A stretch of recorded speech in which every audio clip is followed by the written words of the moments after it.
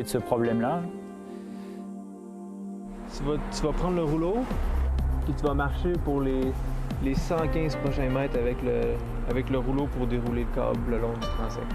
Et on va envoyer de l'électricité dans le sol pour mesurer la résistivité.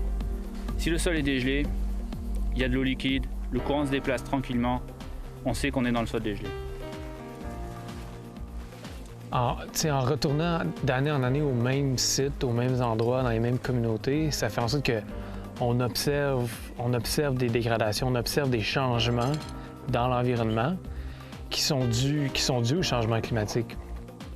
Qu'on est passé à un endroit où on avait une forêt à une tourbière pratiquement, un endroit très marécageux.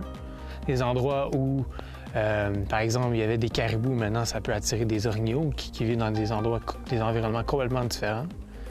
Donc c'est tous des changements qui affectent le nord, qui affectent l'environnement et qui sont dus au changement climatique.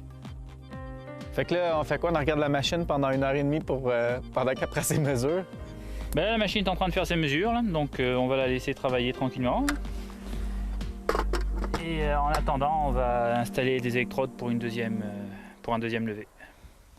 Donc tout ça, là, c'est probablement très riche en glace. Ça l'est fort probablement aussi, mais là, je dirais beaucoup plus. Ensuite, là, on arrive à quelque chose, ici, on est moins sûr. Là. Mais là, tout est gelé, très riche en glace. Ici, moins gelé ou pas gelé. Peut-être qu'il y a une circulation d'eau qui passe par là.